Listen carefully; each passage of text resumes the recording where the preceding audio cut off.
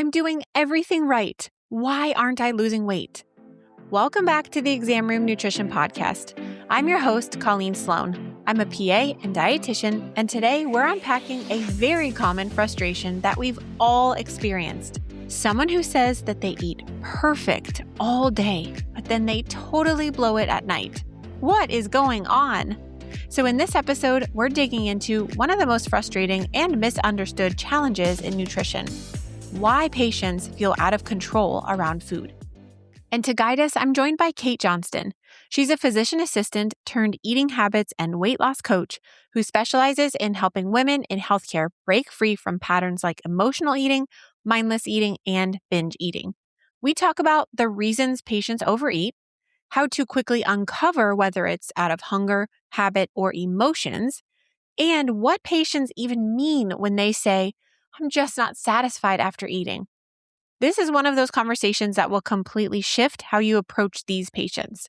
Because once you understand what's actually driving the behavior, your counseling gets a whole lot easier and a whole lot more effective. But before we dive in, you know that I love creating helpful cheat sheets for you, and one of them I recently made has 10 simple conversation starters for when you need to bring up nutrition or weight, but you don't want to trigger shame, embarrassment, or defensiveness. These are 10 sentences I use all the time and I swear by. The link to grab it for free is in the show notes. All right, now get comfy or drive safe and enjoy my conversation with Kate. All right. Well, Kate, I am so glad that you're back on the podcast. I'm so happy to have this conversation with you. We've been connected for a long time on social media, so it's really good to have you here. Thanks so much for the gift of your time and welcome to the show. Thank you so much, Colleen. I've been a huge fan of yours for a long time. Yeah, well, likewise. So it's so cool to be able to just chat live and share your wisdom with my audience. And so the first thing I want to talk about is this concept of fullness and why on earth do we as human beings eat past fullness? What is going on there? Yeah. So I would say the most clear way that I could explain this is because we're eating for reasons other than true hunger. And so then it's hard to know when to stop. For example, if we're eating due to emotions or stress or just fatigue, even. If we're eating due to habit, like every evening before we sit down on the couch to relax and watch Netflix, we get that bowl of pretzels or something. Reasons other than a true hunger. Also restriction. So if we're not eating a lot during the day, then at night, our body is going to be essentially like asking us for more food. So then when we get presented with food, we tend to overeat it. So that's another thing that I see a lot as well. And then basically hyper rewarding foods too. That's really common these days as well. Like we tend to not overeat like the carrot sticks and the broccoli, right? Exactly. Unless it's like fried in something.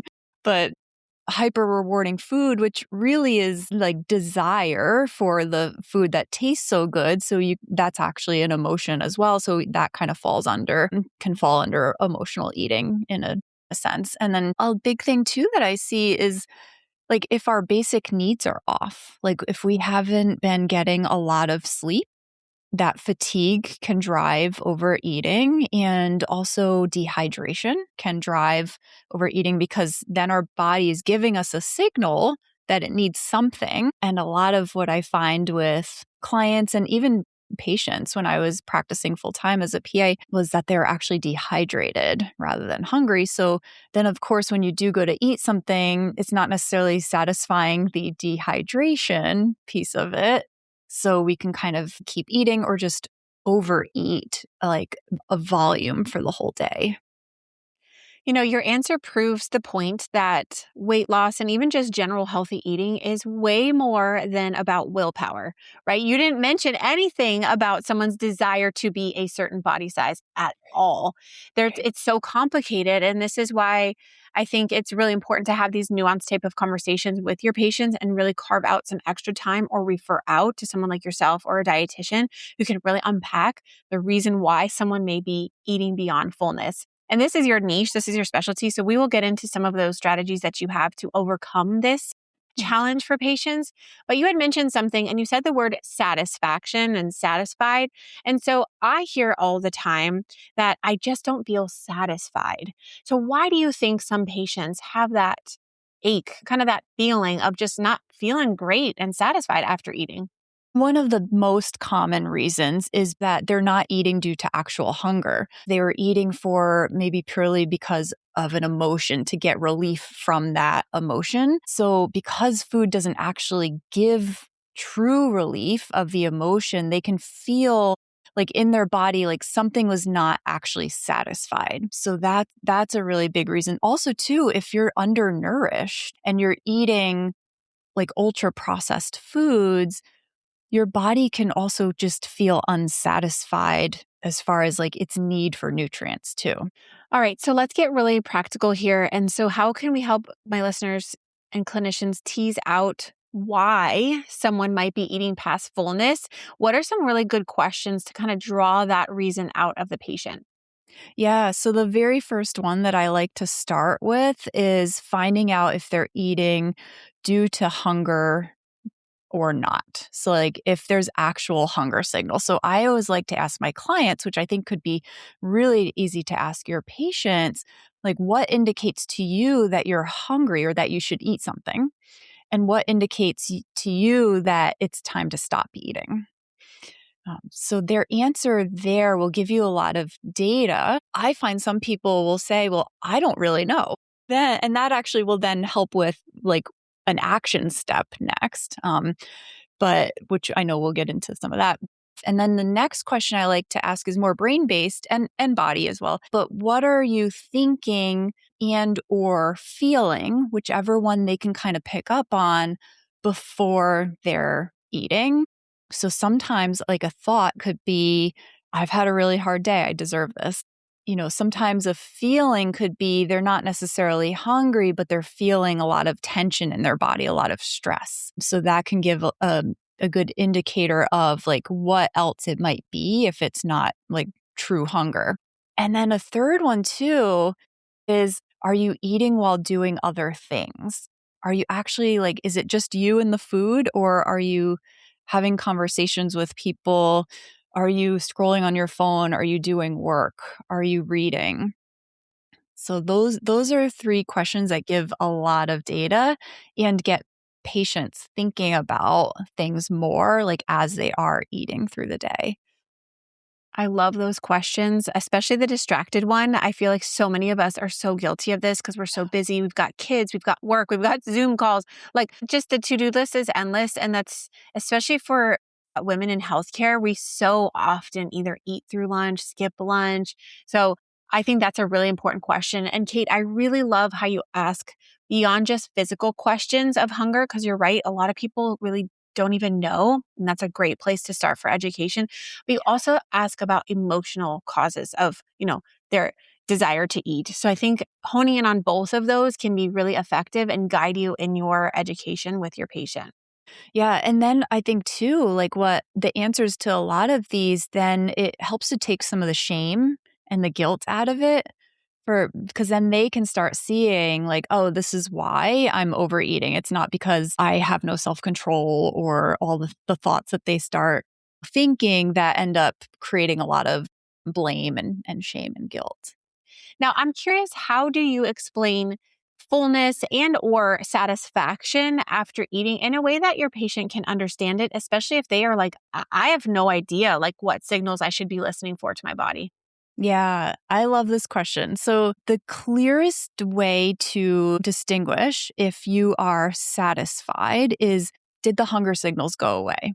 If so, then yes, you've satisfied that hunger. As far as fullness, because there is a difference between being satisfied and being full, fullness is when you actually feel like that pressure in your stomach. It can be difficult for patients to discern between fullness and satisfied because a lot of times we eat until fullness just kind of automatically. And I think a lot of that is prompted by like childhood even. And so that is often a big indicator to us if we're feeling that actual fullness in our belly. So really both of those are tuning into how your body is actually feeling. Okay, I want to talk about a really common pattern, and I hear this all the time from a lot of clients, and that's the person who eats perfectly, quote unquote, all day long. And then at nighttime, they either feel ravenous or they lose control, and they are really struggling with like nighttime binge eating or just cravings at night. So if you could explain why is that happening, and then what kind of strategies do you use to help clients with that situation? Yeah. Oh, yeah. So I know this one very well. It's so common. The perfectionist mentality, when we feel like we have to eat perfectly all day, is all or nothing thinking. It's very rigid. It's rooted in a lot of control, really. And a lot of times under eating tends to occur in that first part of the day. So then driven by that thought, like I need to eat perfectly. And a lot of times that word perfectly includes like I need to eat less. I need to control my eating. I need to control my portions. So really the behavior of that itself is driven by the thought. But then what ends up happening is we are restricting our body. And so then our body will rebel later. And when willpower has um, kind of decreased, and when we are fatigued, then in the evening we tend to overeat or binge and feel like we lose control. And that's because your body is just like, we want food, we need food. Then when we're presented with that opportunity to eat, it tends to just kind of go all in with that. The other thing too is our brain rebels. So because we've it's a control thing, but then at a certain point we get tired at the end of the day. We really want the chocolate, right? We really want these things. And we've been depriving ourselves in white knuckling, or patients have been depriving in white knuckling. And so then our brain rebels in the evening. And especially when it's like that time to relax, to have some pleasure, to have some joy after working all day and after working hard to eat perfectly all day. Because a lot of willpower can go into that. And so that's when I see that kind of all collapse in the evening, partially due to that, the body rebelling, but then also partially due to the brain rebelling as well. Do you think this nighttime, loss of control, binge eating, whatever we want to call it, is more physiological behavior or emotionally driven? Yeah. So here are my thoughts about it. Just from what I've seen over the years with working with clients, is that it's more physiological based. However, it's kind of layered. There's also the emotional part of it as well, and behavioral too, of course. But a lot of it is that physiological driver. And do you think that's because individuals are under eating or restricting throughout the day? Or is it something else like food rules or other things? Like, how could we tease that out with our patients, the like red flags of this binge eating at nighttime? Generally speaking, most people, when it comes to that nighttime eating, the cravings, wanting those certain foods, a lot of the times it is emotionally driven or like actual habit as well. The food rules and restriction, those can be physiological drivers, absolutely, and under eating for the day. But what I see most often is that the nighttime is emotionally driven. Perfectionists who are under eating in the earlier part of the day and have those food rules as well, and the restriction in the earlier part of the day, that's more physiological. But generally for the normal population, the emotional piece of it is really the biggest thing. And emotions that can cover negative emotions and positive emotions as well. I used to sit on the couch in the evening when I was a surgical PA working at a level 1 trauma center, and I was working a ton of hours. And for me, it was stress. So there was, I think, a physiological response to the stress, and then there's also emotions, and then there's also the thought of like, I deserve this, and I'm rewarding myself with this after the day I've had. You probably did deserve it. So it's like, yeah, so definitely a lot of emotions, and just knowing firsthand for me personally, it was hugely emotionally based, which even emotions that's also a physiologic component as well, because emotions are, nervous system based, and we have all the hormones with that as well. And so those emotions are there to drive our actions. So there is a physiologic process that occurs with emotions that then drive the eating behaviors too. I want to linger here because I really love how you mentioned that it could be positive emotions or negative emotions, because a lot of us actually think about the negative emotions and that triggers us to eat. I'm sad, I'm lonely, I'm bored, and that is their trigger for eating. But you also mentioned that it could be positive things. So can you unpack those two types of emotions that cause someone to eat? And then how do you pull that out of someone? Because you can't just say like, well, why are you overeating? That might be difficult for patients to really understand. So how do you pull out those emotions that they might be experiencing? Yeah. So I think the best way to ask is like, what are you feeling in your body? Like, is it something that feels good before you eat or something that doesn't feel good? I mean, that just like kind of really brings it down to the basics. Right. But as far as the first part of your question, the more negative emotions and positive emotions, positive emotions being those emotions that feel good in our body, and then negative ones being the ones that don't feel good. And then we kind of have these in between emotions. They're a little bit more neutral, like boredom, maybe. Doesn't feel nearly as terrible as stress or anger, but that one tends to be an uncomfortable emotion. I think especially nowadays where we fill our time with so much, boredom can feel really uncomfortable. So how the emotion feels in your body really determines if it's like negative or positive. And so positive emotions that I see a lot that are linked with eating are celebration, feeling proud of ourselves for doing something and then therefore wanting to reward ourselves, just feeling happy or excited. And food, essentially, our brain is thinking, well, food helps to accentuate these positive emotions and make us feel even better because food provides pleasure. Whereas the negative emotions, food is helping to give relief of that emotion. It can also give relief in anticipation of a negative emotion. So I see a lot of times people will procrastinate something that they don't really want to do because they anticipate they're going to feel badly doing it or it's going to be hard. So they'll procrastinate with food. They'll just start snacking to procrastinate. And that's kind of like in anticipation of the negative emotion.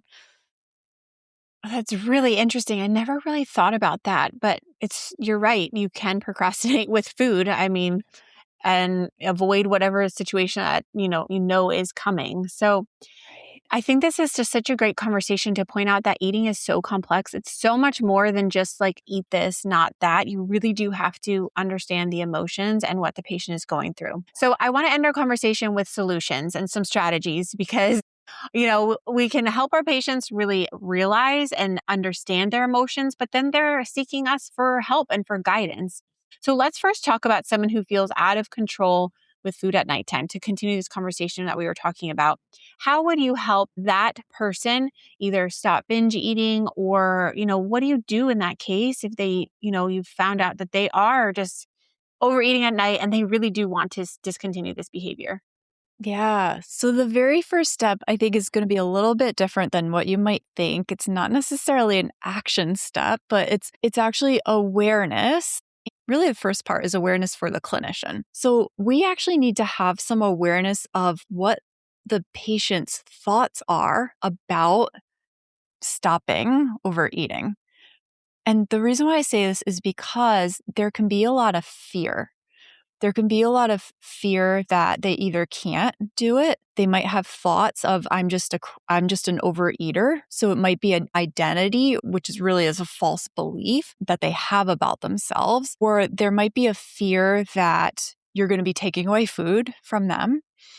And if food was being used as relief, and that's why they're overeating, then there can be very much a fear associated with that. The first step for the patient themselves is really not to control the food or control the eating, and just reassure them, actually, the first step is not going to be you doing anything with the food, but it's really going to be just you checking in with your body. and seeing like, am I actually hungry? Is it something else that I'm feeling? So just taking that pause, if they can, before every time they eat, or, as many times as possible, just to collect the data. But it also gives them that pause instead of just automatically going into the eating. And when we create that little pause, we're actually interrupting that behavioral pattern and giving a moment for them to actually think and be able to make a decision in the moment, a different decision if they wanted to. I even encourage my clients then even if you start eating, even just pausing and checking in partway or afterwards too, because you can collect a lot of data after. And then if you can do it after, then you can start doing it during. If you can do it during, you can start doing it beforehand. Yeah, it's definitely not like a quick fix kind of thing. No. It does take some time. It takes some practice. I actually talked about emotional eating in episode 33. It's called End Emotional Eating. And I talked about a strategy called Feel and Find. So that would be a great episode if you guys want to listen to that after this one. I'll link down to it in the show notes, but it talks about that. What is this feeling that you're feeling? And then let's find something else to replace it with or to soothe it. Like we had talked about at the top of the hour about satisfaction. Food doesn't always satisfy that craving because if we're not hungry, we're eating it based off of emotion. We do need to find something that will satisfy that emotion. So it's a really great exercise you can help your patients through. We won't talk about it now. Go listen to episode 33 after this one. Kate, let's talk about someone who is overeating and we want to help them eat until satisfied. And that can be challenging. And so how do you help this person stop overeating? What are some strategies for that?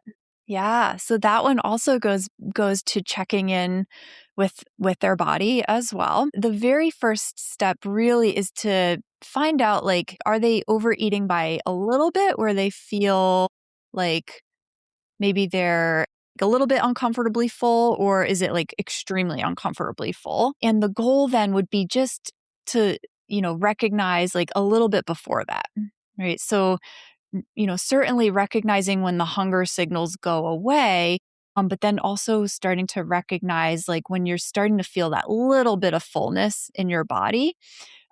So a couple of the things that I recommend to do is you could either have them take their normal serving and then put a little bit of it back.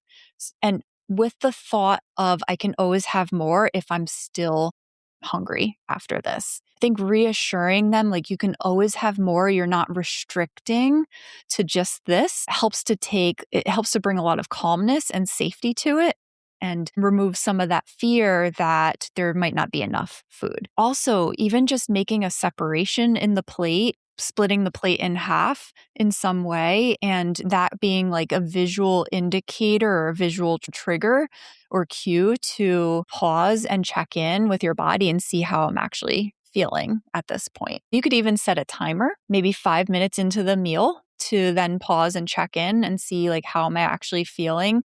So really, again, it kind of goes back to that awareness, them checking in, seeing how they're feeling, and then being able to make a decision on their own. And it really occurs in that stepwise fashion. You have to have that awareness first. Once they get comfortable with that, it actually is a lot easier to do the action of just naturally stopping at enough as well. I think another thing that can really help too is asking them, like, how does it feel when you overeat? Like, does it feel physically uncomfortable? Just pulling that out of them gets that into the forefront of their mind. Like, oh yeah, it does feel pretty uncomfortable. And naturally, as humans, our brain wants to avoid uncomfortable things. So sometimes just bringing that awareness to the forefront of like how uncomfortable it can feel physically to overeat can help just naturally avoid that discomfort of overeating as well. Do you talk about time, the speed in which someone consumes a meal? Is that part of your education? I remember back when I was a dietitian, we always talked about like, slow down and your brain will tell you that you're full. And so I'm just curious if that's part of, what you do with clients or if that ever comes up.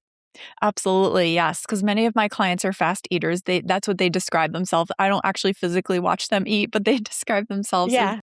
that. I think a lot of this goes hand in hand with, well, there's several reasons that we eat quickly, but sometimes it can go hand in hand with we are eating while doing something else. And so we're just sort of like trying to eat just to get it out of the way, right? To do the other thing. So yeah, absolutely, Colleen, like just slowing it down. This has been such a fun conversation to really unpack. I guess the emotional side of eating really is what we've really talked about today. And Kate, this is what you do on your podcast and with your clients. And so share a little bit if people want to connect with you online, where can they find you and share more about your podcast? Yeah. So my podcast is probably the best place to start. And it's Eating Habits for Life is now geared more towards women in healthcare, just because that's now who I am niching down as far as helping more. My website is katemjohnston.com. And on there I have my podcast and blog, as well as a free private podcast that's Weight Loss Without Willpower. That was really, really kind of geared towards these eating habits and helping to break free from those eating habits at the root. So like the emotions, the habits, the actual habit loops, things like that. That's awesome. You're a wealth of information. So I will link down to all of her contact information down below in the show notes. Definitely get connected with her. Kate, thank you so much for spending this time with me today. It's been such a joy talking with you. Thank you so much. You as well, Colleen. And thank you for carving some time out for nutrition this week. I will see you next week.